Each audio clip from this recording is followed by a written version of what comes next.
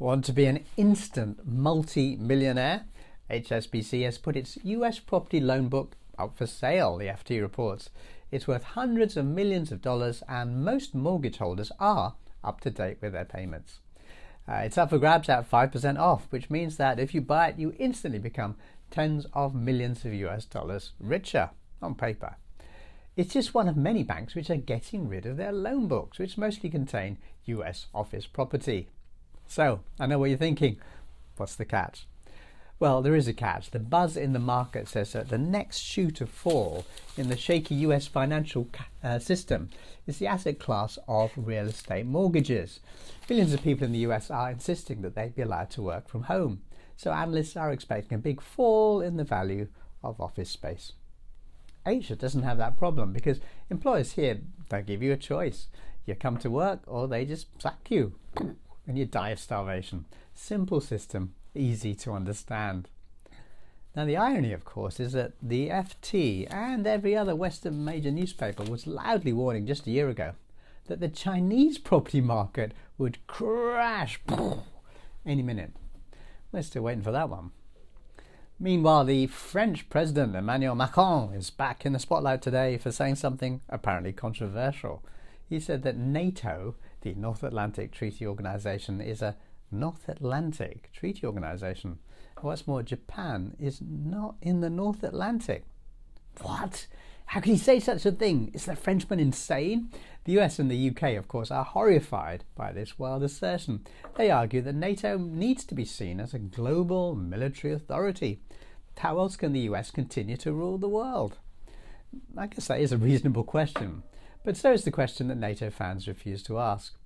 Why should the US, which has refused to sign or ratify at least 40 international treaties that keep the world safe, why should they continue to rule the planet? Macron is an interesting character. 90% of the time he strictly follows the vassal nation script, but just occasionally he blurts out the truth. Sacré bleu! Be careful, monsieur. In tech news, Apple has revealed its latest cool gadget, the Vision Pro, which is a virtual reality headset costing an eye-watering $3,500. To work out the cost in your own currency, that's about the same price as 3.5 iPhones. With the new gadget, you can see your apps in front of you and click them with your eyes. You no longer have to move your actual arm and touch it with your actual finger. Here's my question. Just how lazy does Apple think human beings are?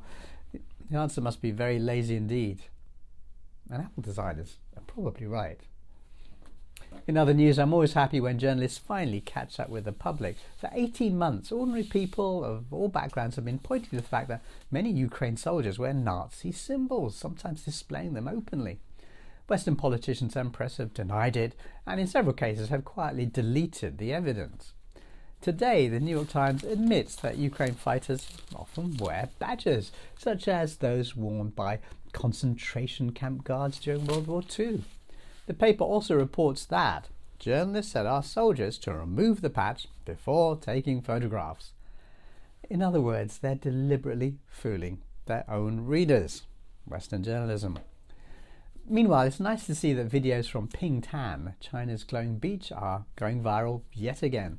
The beach on the Fujian coast contains fluorescent plankton that lights up when moved, so waves and even human splashing movements have beautiful results. Now that's the kind of world we should be celebrating.